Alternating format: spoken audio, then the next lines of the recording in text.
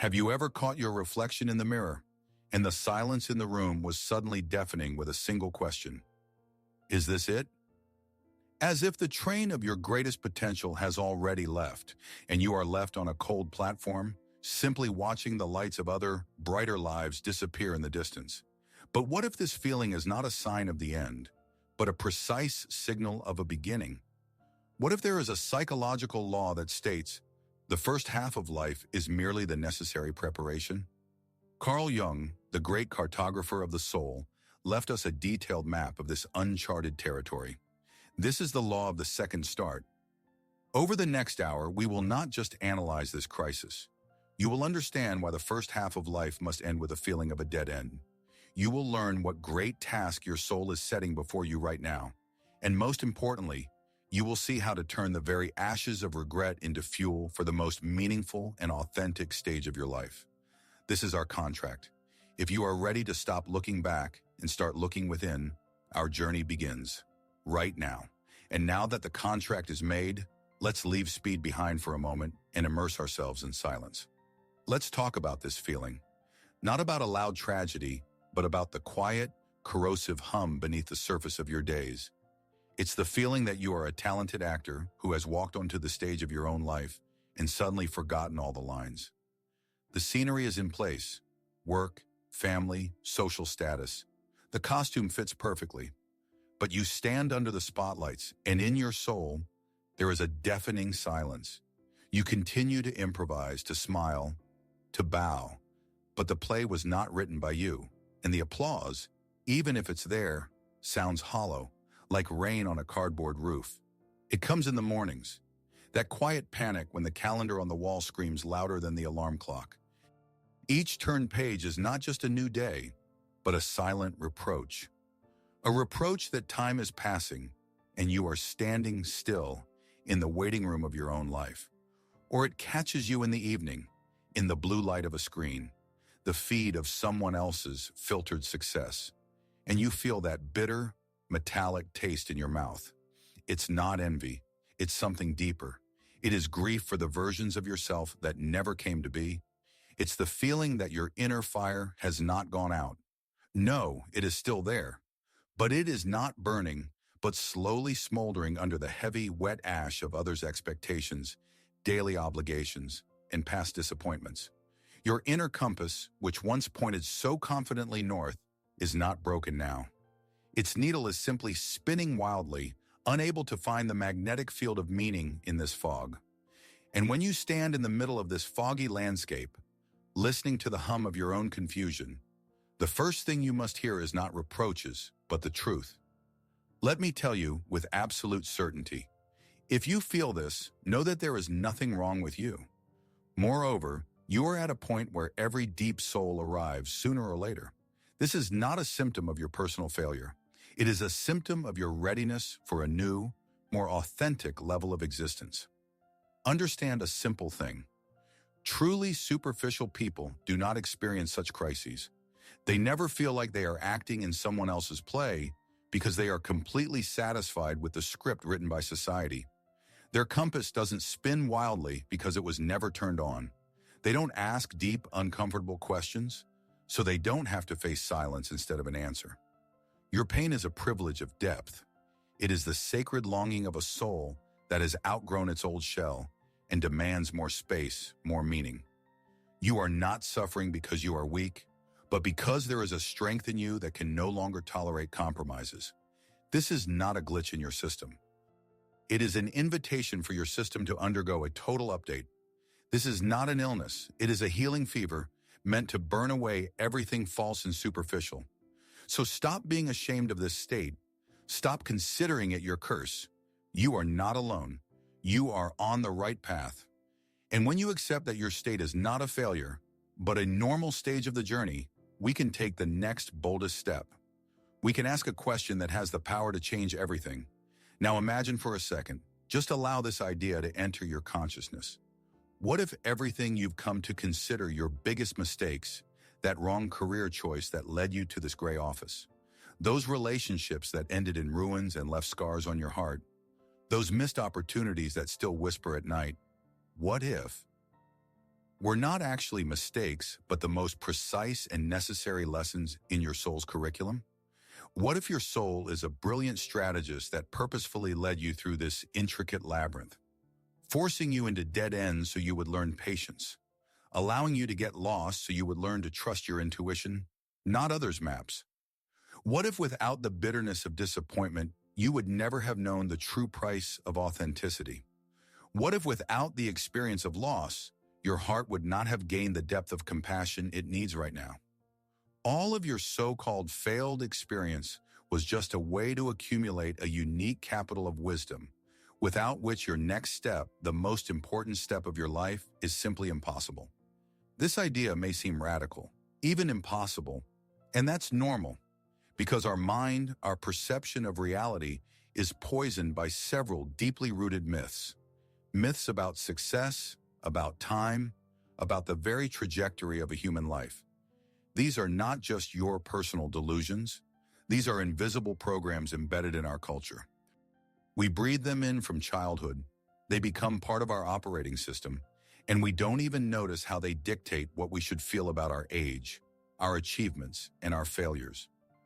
They create an internal standard by which we judge ourselves, and this standard is false. These myths build an invisible prison around us, a prison of regrets and missed opportunities. And to understand the paradox of the second start, to gain the freedom for a new path, we must first mercilessly, but with the greatest compassion for ourselves, tear down these walls. We must bring these cultural axioms into the light and see how fragile they are. This is necessary preparation. Before we can unfold the true map, we must burn the false one. So let's turn on the light in this dark room and face the three main wardens of our inner prison. These are not just bad thoughts. They are powerful cultural programs that run in the background, distorting our perception of reality. The first warden is the most cruel. It is the myth of the linear path, the tyrannical idea that life should be like a flawless career ladder or an escalator that only goes up. From early childhood, this model is instilled in us. School, university, first job, promotion, another promotion, the top.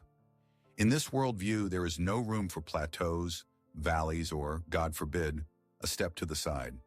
Any pause, any creative search, any change of direction is perceived not as a necessary rest or a wise course correction, but as a shameful breakdown, a personal defeat. This myth forces you to measure your life vertically, while your soul yearns for horizontal expansion. The second warden is the myth of the single calling. This is the toxic, romanticized belief that somewhere in youth, a holy grail was hidden for each of us, one single true calling. And if you haven't found it by age 25, haven't deciphered the signs of fate, then that's it, you've lost. This myth devalues all accumulated experience if it doesn't lead directly to this mythical goal. It makes you look at your diverse, complex life as a series of mistakes rather than a series of experiments that shape your uniqueness. You are looking for a single door, not noticing that you are standing in the center of a hall with hundreds of paths. And finally, the third warden is the myth of peaking in youth. Our culture is obsessed with early success. It extols child prodigies, startup founders in their 20s, 30 under 30 lists. This cult creates the false impression that all creative energy, all potential, all life force is concentrated in the first third of life, and everything after 40 is just a slow decline, an epilogue, playing out the game. This myth turns maturity from a season of harvesting wisdom into a season of withering and regret.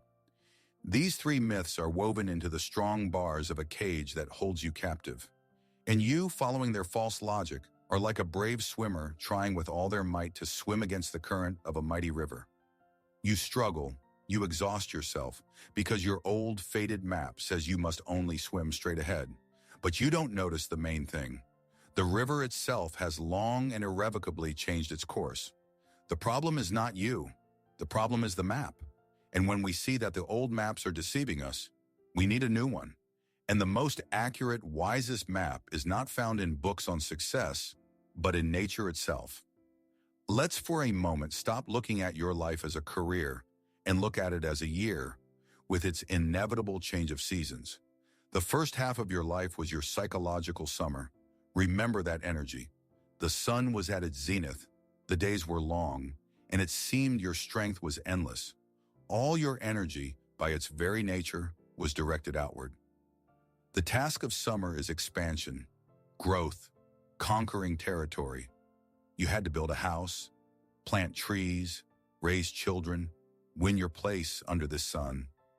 You were building your ego, your social mask, your persona, a sturdy ship, as we will see later. And that was right. It was necessary. You had to prove to the world and to yourself that you could. But one day, imperceptibly, something changes. The sun begins to set earlier. The air becomes clearer and colder. The autumn of the soul arrives, and this is not a catastrophe. It is the law. The internal vector of energy, which all your life was directed outward, toward achievements, begins to slowly but surely turn inward. And here lies the key to your condition.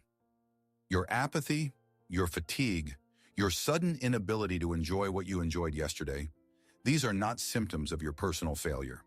They are the natural, predictable symptoms of the onset of psychological autumn. Your soul is not broken. It is simply changing seasons. The task of autumn is no longer growth, but harvesting. Not conquering the new, but making sense of what has been accumulated. Not expansion, but deepening. Imagine a magnificent, strong apple tree in October. It begins to shed its beautiful foliage. An ignorant gardener, raised on the cult of eternal summer, might think the tree is dying. He would start frantically watering it with growth stimulants, shaking it, yelling at it to bloom again. But the wise apple tree does not listen to him. It knows the law. It sheds the leaves that no longer serve it to conserve energy. It directs all its life juices from the outer branches to the inner roots. It is not dying. It is preparing for winter, so that in spring it can bear completely new, stronger fruit. You are that apple tree, and your mind, raised on myths of eternal success, is the panicked gardener. You are trying to force yourself to bloom when it is time to go into your roots. Your apathy is not a sign of being broken. It is the wisdom of your organism, which demands that you stop wasting energy on external growth and direct it toward internal maturation. This metaphor will remain just a beautiful story if we don't apply it as a diagnostic tool. And now I want to ask you to do something important. Not just listen, but do. Because true understanding is born not from passive listening, but from active self-exploration.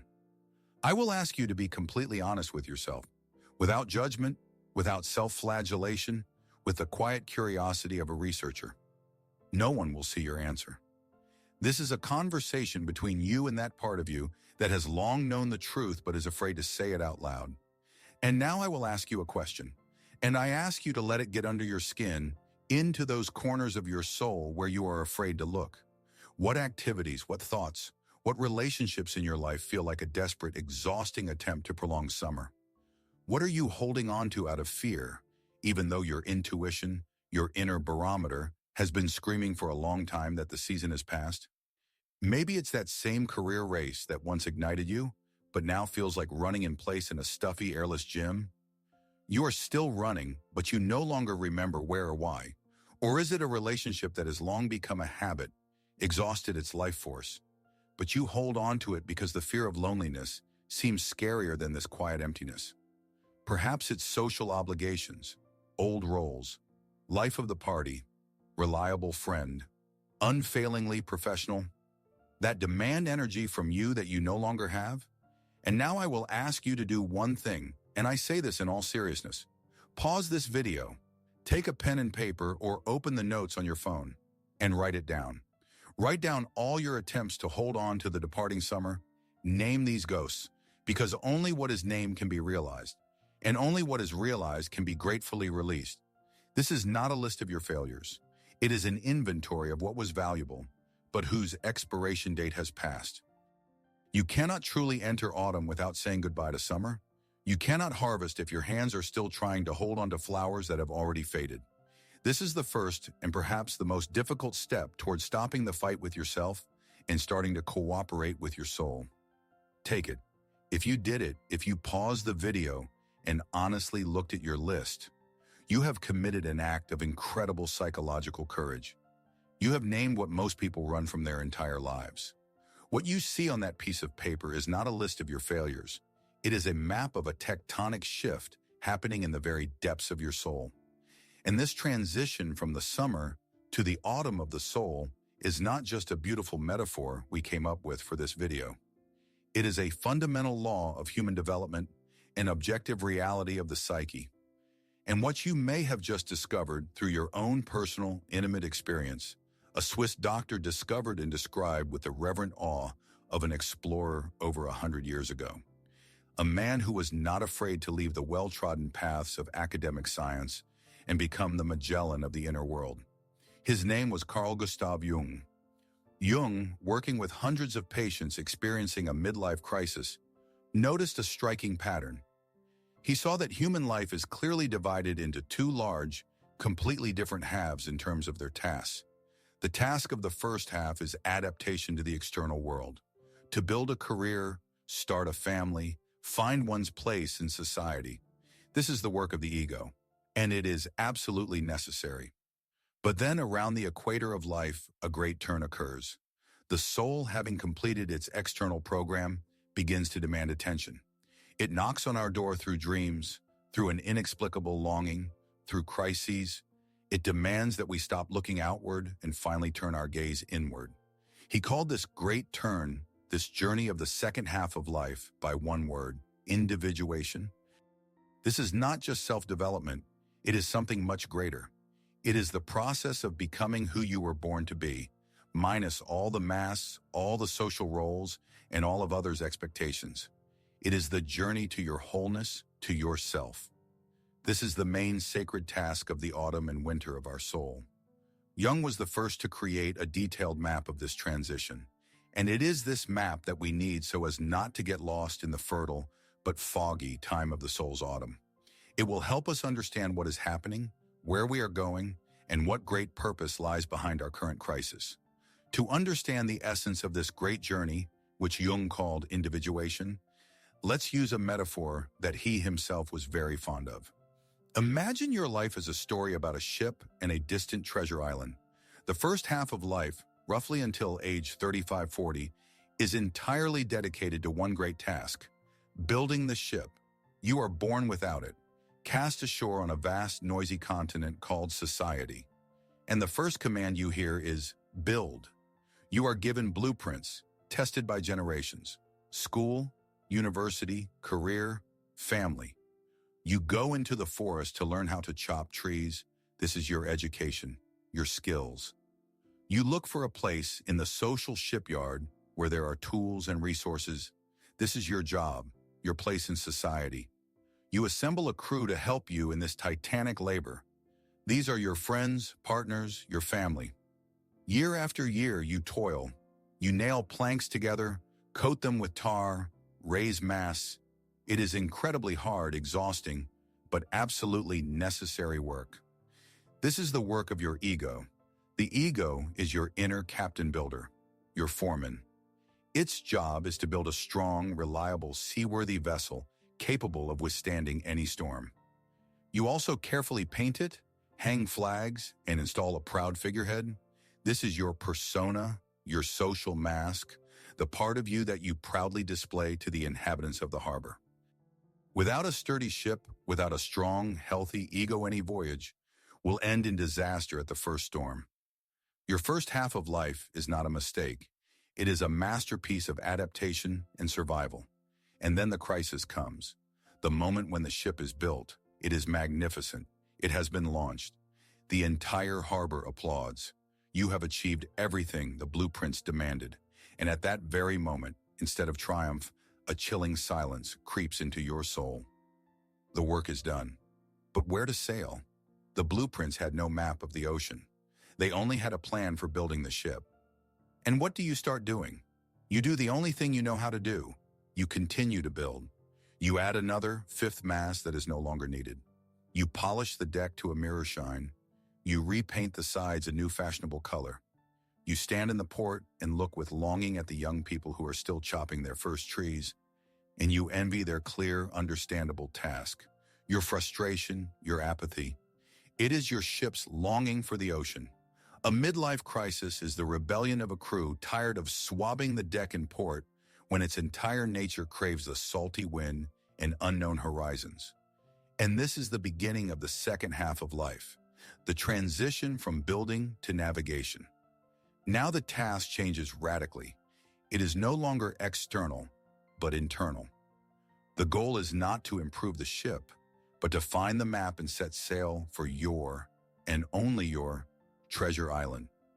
This island is yourself, your wholeness, the true center of your personality.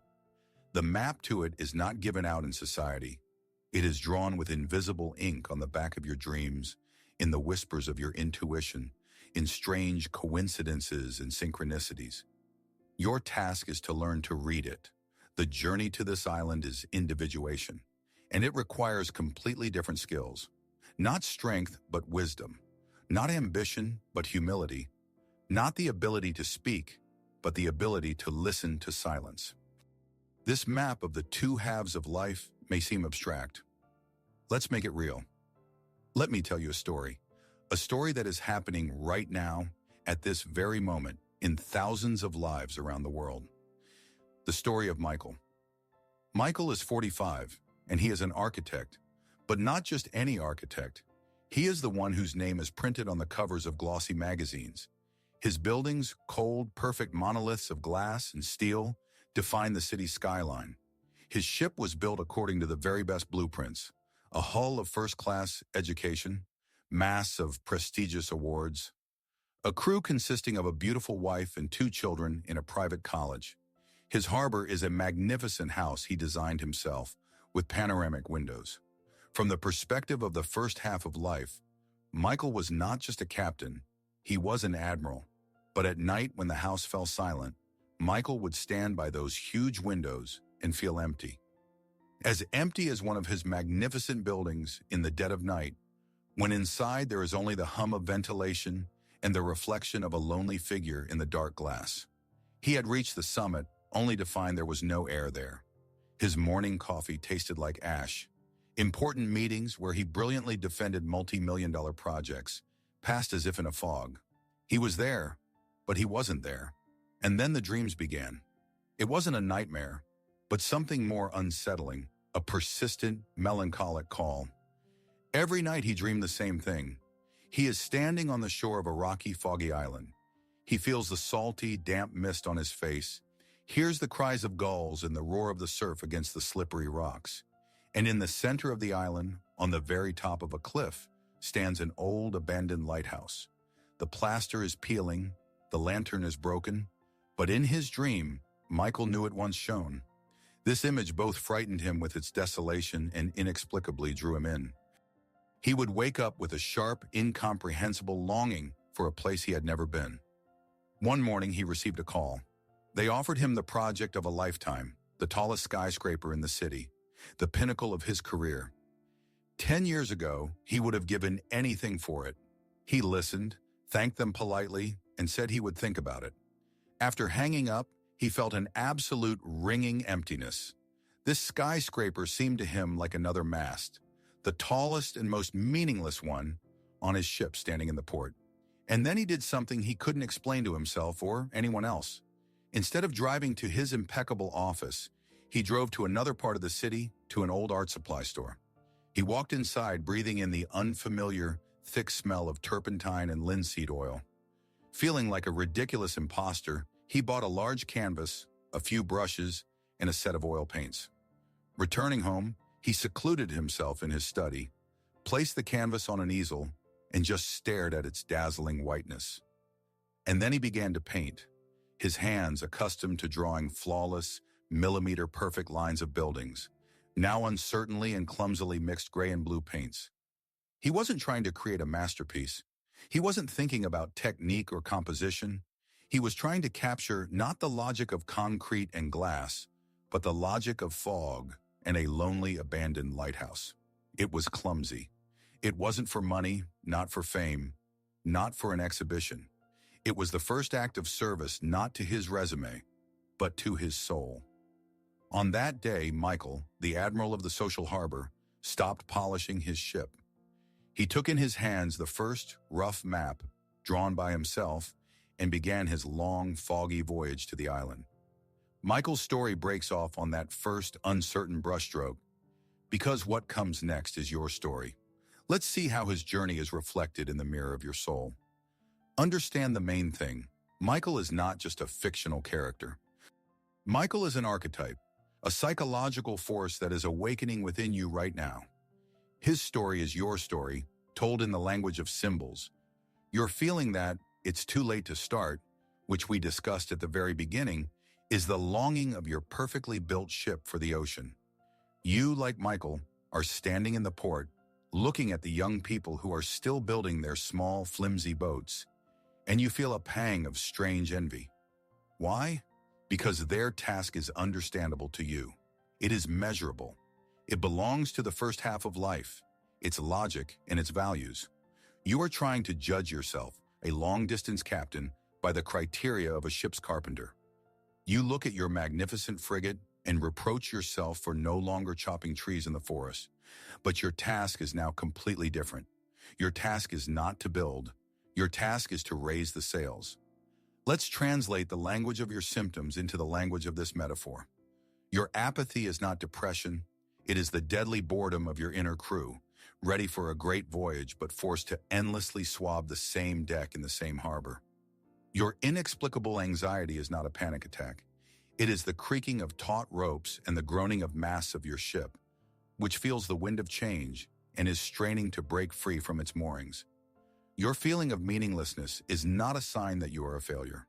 It is the natural state of a captain who looks at a flawless ship in a boundless ocean, but does not have a single line on a navigation chart. And most importantly, that strange, illogical, useless pull you feel to learn to play the guitar, to study ancient mythology, to wander for hours alone in the forest, the desire to write a book that no one will read. This is the call of your lighthouse. These are the first faint signals from your personal, uncharted island. Your ego, your rational mind, immediately devalues them. Why? It won't bring in money. It's stupid. You don't have time for this. But your soul whispers, this is the only thing you truly have time for. And here comes the most important question. Does this mean I have to give everything up? Destroy the ship I've been building for decades? No, absolutely not. Jung never called for the destruction of the ego. A weak ship will sink in the first storm. Your experience, your career, your family, this is not a prison. It is your fleet, your base, your strength. The task is not to burn the ship.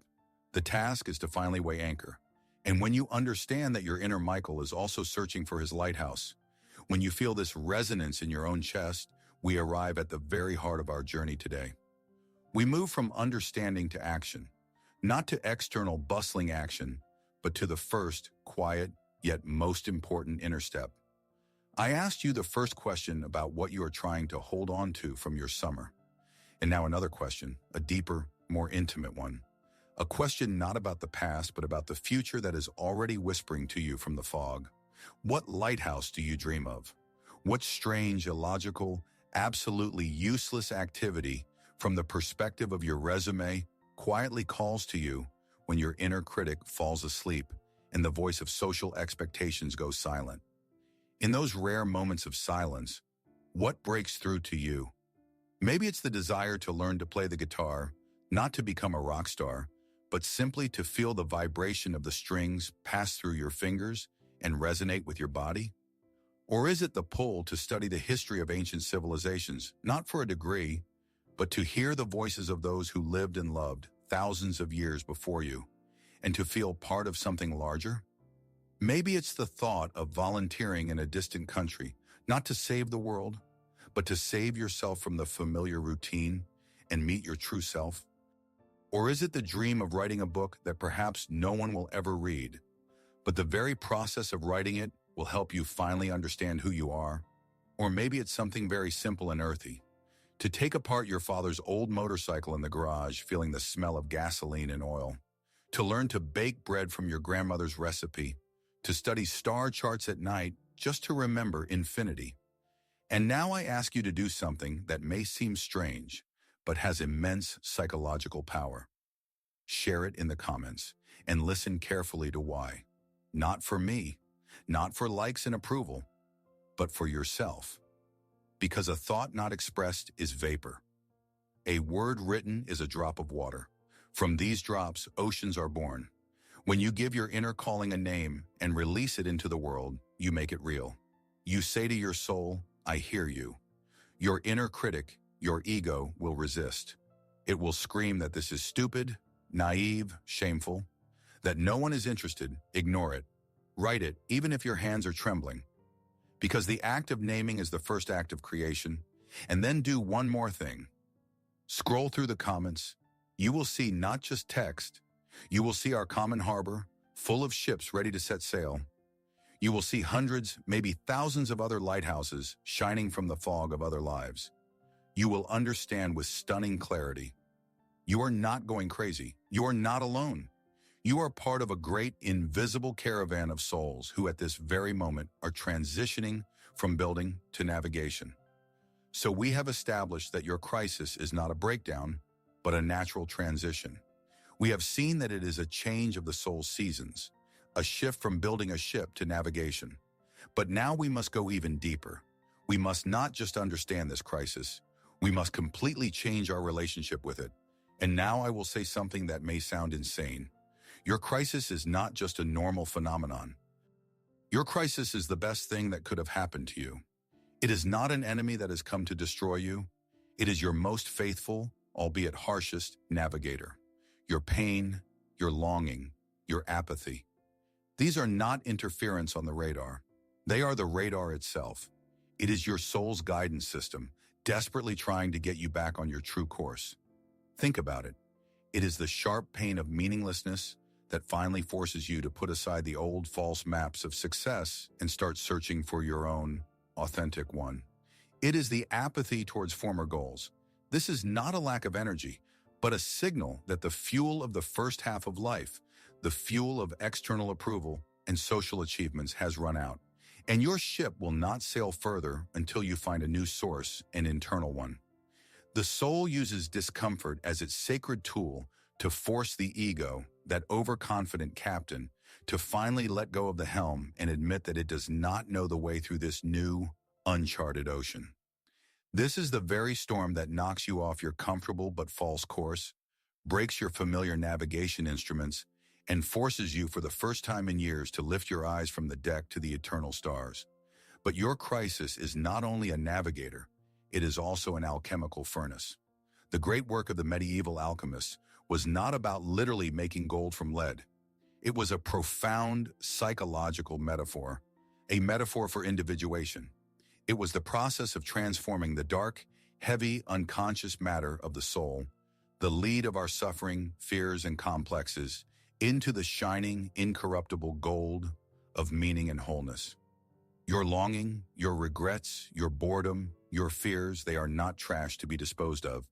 They are your prima materia. They are your sacred lead. And only by immersing yourself in its heaviness, only by accepting its darkness, can you begin the great work of transformation. Therefore, stop fighting your crisis. Stop trying to drown it out with work, entertainment, new purchases. Start listening to it. Sit with it in the same room. Ask it a question. What have you come to teach me? What message do you carry from my soul? To thank it. It came to save you from the only real tragedy in human life, the tragedy of an unlived life. And when you start to listen to your crisis, when you acknowledge it as your navigator, you discover something amazing. It doesn't talk about the outside world. It talks about you. It points to those parts of your soul that you left in exile while building your magnificent ship. Your ego, accustomed to the logic of the first half of life, tries to solve autumn problems with summer methods. It shouts, "We need to do something. Change jobs, move to another city, find a new partner, buy a new car." That is, it suggests that you rebuild and repaint the ship standing in the harbor over and over again. This is its only competence, but the soul demands something else. Therefore, the main shift you must make is a shift in the very question you ask yourself. Stop asking, "What should I do?" This question belongs to summer. Start asking, Who should I become? This question belongs to autumn. The task of the second half of life is not to achieve, but to integrate. The goal is no longer to build a perfect persona for the world, but to assemble a whole soul for yourself from the fragments. And this work of integration is carried out on two main fronts. First, it is the integration of the shadow. The shadow is not evil. The shadow is all those parts of you that you rejected, suppressed, and hid in the hold of your ship because they did not fit into the blueprints of your success. For some, it is their creative, irrational, dreamy part, which had to be sacrificed for a stable career. For another, it is their vulnerability and sensitivity, which were considered weaknesses in the tough business world. For a third, it is their healthy anger and ability to say no, which were suppressed for the sake of being a good person. Your task is to go down into this hold, get to know these exiles, listen to them, and give them a place on the deck. A huge life force is hidden in your shadow, without which your voyage will be bland and joyless. Second, it is the integration of the anima or animus. Simply put, it is meeting your inner opposite. For a man, this means befriending his inner woman. The anima, the source of his feelings, intuition, capacity for relationships, connection with nature. For a woman, it is the integration of her inner man, the animus, the source of her logic, structure, ability to act in the world, her inner core. In the first half of life, we often project these figures onto our partners, looking for in them what we lack in ourselves.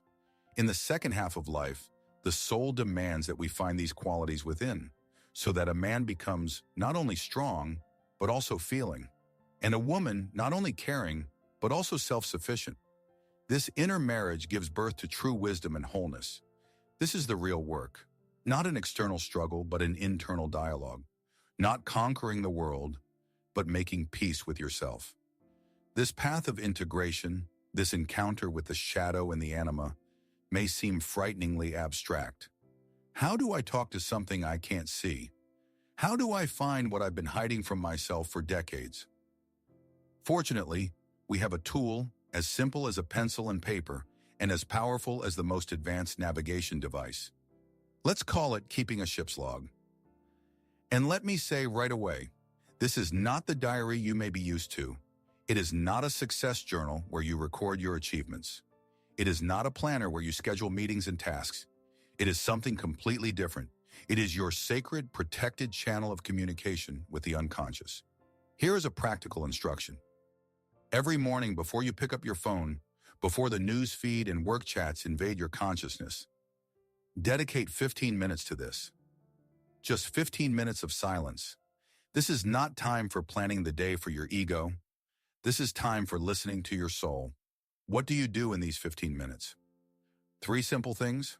First, write down your dreams, even the strangest, most absurd, disconnected fragments. Don't try to analyze or understand them. Just record the images, feelings, words. Dreams are direct, unencrypted, though symbolic messages from yourself. By writing them down, you are telling your inner world, I am listening, I am ready to receive the map. Second, name your feelings. Just write, today I feel, and then let the word appear, a quiet sadness, an inexplicable anxiety, a dull apathy, irritation. By giving a feeling a name, you bring it out of the fog and into the light. You stop being it, and you start looking at it. This is the first step toward dialogue. And third, the most important, talk to them. Choose one of the feelings you wrote down, for example, your longing, and write on the paper, ask it a question. Write, my dear longing, I see you. I will no longer run from you. Tell me, what do you want from me? What important message do you carry? What are you trying to protect me from? And then without thinking, start writing the answer from its perspective. Let your hand move on its own. This is not magic. This is active imagination, a technique that Jung considered key to individuation. You will be surprised how quickly these foggy monsters of your feelings turn into wise advisors once you give them a voice on paper. Why does this work? Because the ship's log is your training deck. Here you learn the language of your soul. You cease to be a passive victim of your states and become their active explorer. You are the captain who not only looks at the instrument readings, but goes out on deck and learns to read the signs of the wind, the waves, and the stars. This is the most practical, most real step you can take to begin your voyage.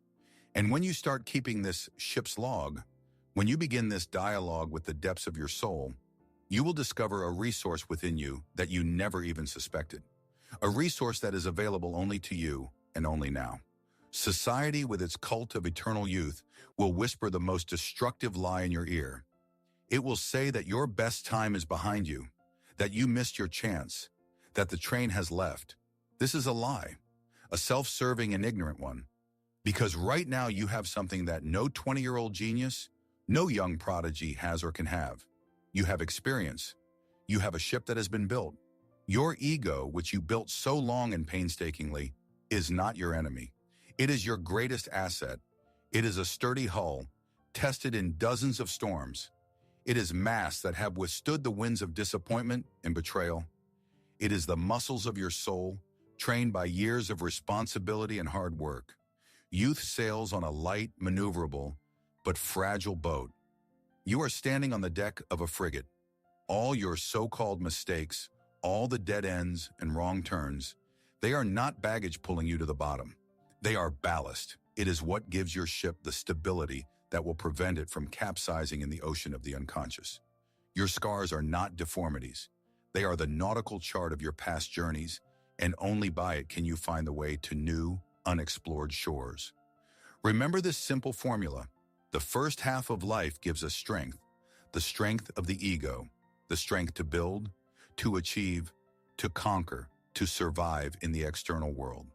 The second half of life gives us the chance to find wisdom, the wisdom of the self, the wisdom to listen, to integrate, to heal, to find meaning. And only by combining strength and wisdom can one reach the real treasure. Youth, with its boundless energy, can conquer the world, but only maturity, with its accumulated experience, can make sense of it. Your journey is not ending, it is just beginning, and you are more prepared for it than you have ever been before. Before you had only strength, but not the question, why? Now the call of meaning is added to your strength. You have both the ship and a burning desire to find the map. You are at the most powerful, most fertile point in your life. You are standing on the captain's bridge. The wind is filling the sails. Your great voyage begins now. And so, standing on the deck of your ship, with a new tool in hand and a new understanding in your heart, let's look once more at the map of our entire hour-long journey. We started in a fog of confusion, in a quiet panic from the question, is this it? We went through the deconstruction of false myths, through the discovery of Jung's great map, through encountering our inner crisis as a wise navigator. And now at this point, we can reduce our entire path to one main, liberating insight. So if we were to boil everything down to one main idea, the primary law of the second start is brilliantly simple. Life is not a sprint, as they try to convince us. It is a marathon consisting of two completely different, almost opposite distances in their essence. The first distance is a race for speed. We run it in the first half of life. It is a bright, noisy external track laid out in the stadium of society under the applause and judgmental gazes of the crowd. On this distance, we prove to the world that we can. We can get an education, we can build a career, we can start a family, we can be strong, successful, effective. This is the distance of the ego, and it is absolutely necessary. On it, we build our muscles, our endurance, our will. But then the track leaves the bright stadium and enters a quiet, ancient twilight forest. And the second distance begins. This is a race for depth. There are no spectators here, no judges, no finish line tape to break through under the flash of cameras. The only one watching you is yourself. On this distance, the task changes. We no longer prove that we can. We begin to quietly and honestly explore who we are. This is the distance of the self, and the reward on it is not a gold medal of external recognition, but the attainment of one's own wholeness. And your crisis, your fatigue, your feeling that you are too late, this is not a wall you have run into. It is not the finish line of a lost race. It is merely an archway on the track, marking the end of the first distance and the beginning of the second. The most important one, the most meaningful one. You are not late, you have arrived on time for the most important start of your life. This idea is not just a theory, it is a seed. And if you allow it to grow, it will change the entire landscape of your inner life. Let's for a moment peek into this possible future. Imagine your life in a year, in 5, in 10 years if you take this path. Imagine not the external changes, not a new house or car. Imagine a change in the very quality of your being. Imagine a life where you are no longer chasing, but following, where your decisions are dictated not by a panicked fear of being late, not by an envious glance at others' successes, but by the quiet, confident voice of your inner compass.